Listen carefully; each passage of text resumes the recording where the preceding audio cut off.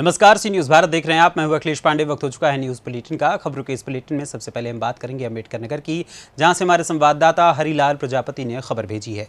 अम्बेडकर नगर से खबर है, जहां विकास खंड ग्राम सभा सलेमपुर परसावा में ग्राम प्रधान और सचिव मिलकर हैंडपंप रिबोर के नाम पर लाखों रुपए का गबन करने का मामला सामने आया है। ग्रामीणों ने इंडिया मार्का हैंडपंप को लेकर प्रधान से शिकायत की, लेकिन ग्रामीणों की कहीं सुनी नहीं जा रही है। सरकार स्वच्छ पेयजल के लिए ग्राम सभाओं में करोड़ों रुपए लागत लगा रही है, लेकिन पानी की टंकी लगवाने के बावजूद भी इस तरह की योजनाओं का लाभ जनता को नहीं मिलता दिख रहा है, जिसका नुकसान हो रहा है। ऐसे में देखना होगा कि विकासखंड के अधिकारी कब इस मामले पर संज्ञान लेते हैं।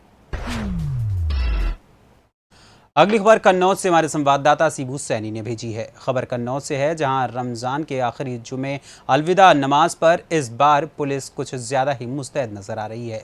जिले के सभी मस्जिदों के बाहर डायल 112 के साथ साथ थाने की फोर्स को भी तैनात किया गया है। इत्र नगरी कन्नौज की जुमा मस्जिद, बला पीर मस्जिद और मखदूम जहानिया मस्जिद में अलविदा की नमाज पढ़ने वालों की काफ़ी भीड़ उमड़ पड़ी।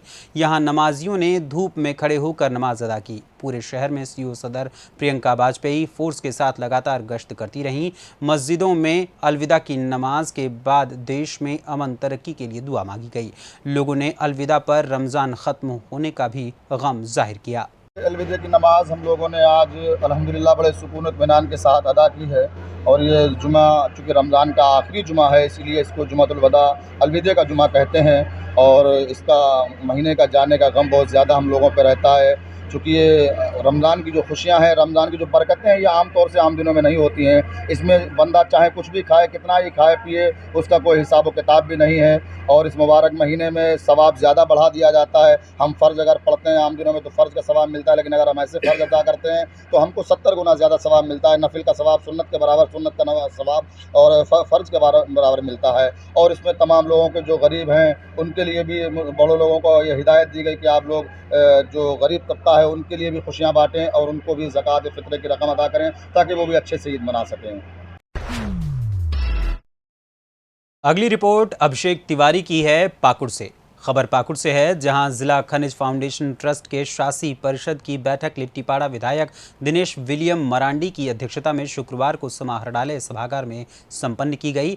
बैठक में कई योजनाओं की स्वीकृति हेतु विचार विमर्श किया गया। इस बैठक में जिला खनिज फाउंडेशन ट्रस्ट के क्रियाकलापों के बारे में भी चर्चा की गई। लिट्टीपाड़ा विधायक दिनेश विलियम मरांडी की अध्यक्षता में समाहरणालय कक्ष में इसका आयोजन किया गया था। आयोजित बैठक में पानी की समस्या को लेकर विशेष चर्चा की गई। आइए जानते हैं कि इस दौरान विधायक दिनेश मरांडी ने क्या कुछ कहा।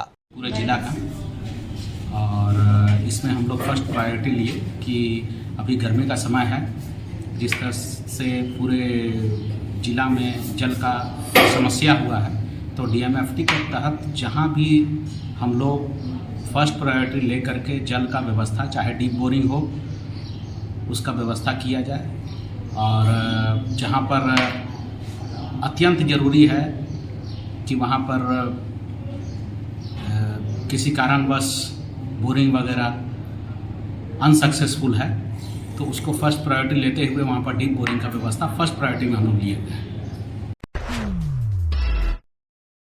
अगली खबर हमारे संवाददाता मृदुलेश त्रिपाठी ने रायबरेली से भेजी है। खबर यूपी के जनपद रायबरेली से है, जहां वीणा पाणी स्कूल के बच्चों ने पृथ्वी दिवस जागरूकता के साथ मनाया। 22 अप्रैल को मनाए जाने वाले पृथ्वी दिवस के मौके पर वीणा पाणी स्कूल की छात्राओं ने स्कूल की ड्रेस में अपने चेहरे पर विभिन्न पेड़ों की आकृति बनाकर पुलिस अधीक्षक कार्यालय रायबरेली पहुंचकर पुलिस अधीक्षक आलोक प्रियदर्शी को एक पेड़ देते हुए धरती को बचाने का संकल्प दिलाया। विश्व पृथ्वी दिवस का बहुत महत्व है। ये एक ऐसा दिन है जो हमें अपने आभा मंडल से निकलकर पृथ्वी के बारे में सोचने और कुछ करने पर विवश करता है। घटती हरियाली, सूखता पानी, पिघलते ग्लेशियर, बढ़ता तापमान, ये सब घटनाक्रम हम सभी प्राणियों के लिए एक चुनौती बनते जा रहे हैं। हम इस भयावह स्थिति से भली भांति अवगत हैं। हमें प्रकृति की सुंदरता को बनाए रखना है और पेड़ों की सुरक्षा के लिए समाज को प्रेरित करना है और इसे अपने कर्तव्य के रूप में समझने का संदेश हम विश्व पृथ्वी दिवस मनाकर पूरी दुनिया को देते हैं, क्योंकि पृथ्वी ही और प्रकृति ही हमारे जीवन का आधार है।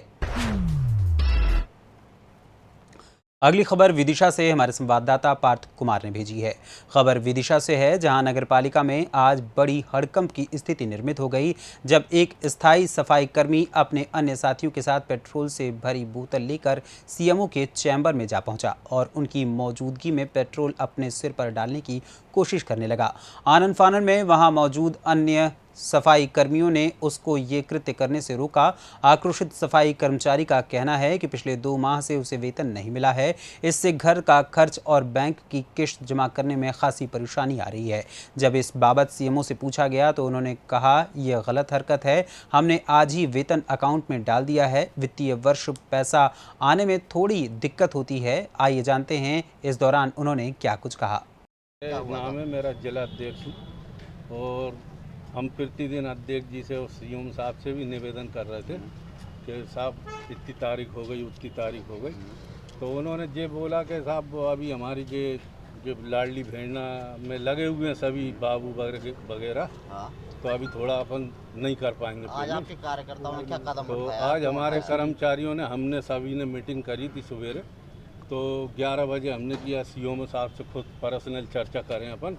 उसके बाद फिर हम क्या आश्वासन देते हैं या आज डलती है या नहीं तनख्वाह, और यदि आज तनख्वाह नहीं डली तो अगले कदम हम हड़ताल का ही आपके साथी ने सीएमओ के कक्ष में पेट्रोल डालने का प्रयास किया, डाला भी, क्या कहेंगे? वो पीड़ित अपने आप को थोड़ा सा उनको पीड़ा हो रही है कि हम सभी लोग कोई इतने सक्षम तो है नहीं है, खेती किसानी है नहीं, हमारा तो यही झाड़ू लगा के या कीचड़ फेंक के ही तनख्वाह मिलती है, और जब यही हम लोग कार्य कर रहे हैं, हम शहर को सफा रख रहे हैं। आपको अभी सीएम साहब बोलना कि हमने तनख्वाह भेज दी।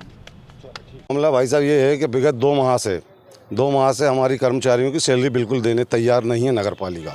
काम बराबर लिया जा रहा है कर्मचारियों से, सुबह शाम दोपहर में, और सैलरी के नाम पे कह रहे हैं आज दे रहे हैं कल दे रहे हैं, तारीख पे तारीख कंटिन्यू देते जा रहे हैं और देने का नाम नहीं रहना है। आज जब हमने उनसे 11 बजे टाइम मांगा, उन्होंने क्या देखते हैं हम, फिर उनके बाद हमारे कर्मचारी के नेता यूनियन वगैरह के साथ में गए थे, कुछ पब्लिक भी के साथ थी मेरे, उन्होंने बोला कि देखते हैं हमारा था आप हम खो बैठे। अब हम हमारे बच्चों को पढ़ाएं लिखाएं या भूखे हम उन्हें मारें या हम आत्मदाह करें, ये कंडीशन आ गई हमारी आत्मदाह करने तक की। नगर पालिका सैलरी देने तैयार नहीं है। आज 21 तारीख हो गई है, दूसरा महीना चालू हो गया है, बैंक की हमारी ड्यू हो गई हैं, गाड़ी के लोनों की किस्तें ड्यू हो गई हैं, मकान का किराया ड्यू हो गया है, बच्चों के स्कूल एडमिशन की कंडीशन चालू हो गई है। अब उसमें एडमिशन कैसे हालत में करवाएं, बच्चों को पढ़ाएं खिलाएं पिलाएं या हम आत्मदाह करें। मैं परमानेंट कर्मचारी हूँ 2001 से। अभी क्या आश्वासन मिला है? अभी आश्वासन वही आश्वासन पे आश्वासन है, तारीख पे तारीख कह रहे हैं कि आज दे देंगे कल दे देंगे। आज भी यही बोले हैं सीएम साहब कि भाई साहब हम लोगों की अगर सैलरी आजकल में नहीं होती है तो क्या करेंगे सर? हड़ताल करेंगे, यूनियन के लीडरों से बात करके हड़ताल जारी रहेगी फिर हमारी। चाहिए कि क्या समस्या थी और उन्होंने पेट्रोल डालकर यहाँ पर डालने का प्रयास किया था, क्या? नगर पालिका की इस माह का जो करंट माह का वेतन है, इस बार थोड़ा विलम्ब हुआ है, क्योंकि नया वित्तीय वर्ष होता है तो उस नए वित्तीय वर्ष के अप्रैल माह में पैसा आने में थोड़ा टाइम लगता है। चूँकि बिल वहाँ लग चुके हैं संचालनालय में और बहुत शीघ्र चूँकि क्षतिपूर्ति की वहाँ से जारी हो जाएगी, जारी होते ही पूरा सबका पेमेंट हो जाएगा। और जहाँ तक सफाई कर्मचारियों की बात है, नगर पालिका फंड से हमने जो भी हमारे पास फंड अवेलेबल था उससे हमने आज उनका भुगतान किया हुआ है। शेष कर्मचारियों का भुगतान चुंगी आने के बाद होगा। कितने कर्मचारियों को कर दिया और कितने रह गए? संख्या तो मुझे नहीं मालूम है, लेकिन स्थायी कर्मियों का दैनिक वेतन वालों का भुगतान हमने आज कर दिया है। त्योहार चल रहे हैं, कंटिन्यू घर पे आने वाले हैं त्योहार, तो उनका भुगतान काफ़ी लेट हो गया है 20 तारीख। सभी का हुआ है, किसी एक के साथ तो नहीं हुआ है। सर आपके आपके कक्ष में पेट्रोल डाल के आग लगाने की गलत हरकत है। उन्हें पहले मुझसे कोई मिलने नहीं आया। अगर ये तो कोई बात ही नहीं, अगर आप मिलने आएंगे जब भी तनख्वाह मिलेगी। अगर किसी को कोई परेशानी है तो उसको मुझसे बताना चाहिए। किसी ने आपके सामने जो लोग खड़े हैं आपको बता रहे हैं क्यों हमसे मिलने नहीं आए। फिलहाल इस बुलेटिन में बस इतना ही। देश दुनिया की तमाम खबरों के लिए देखते रहें सी न्यूज़ भारत। हर खबर आपके साथ, आपके हाथ।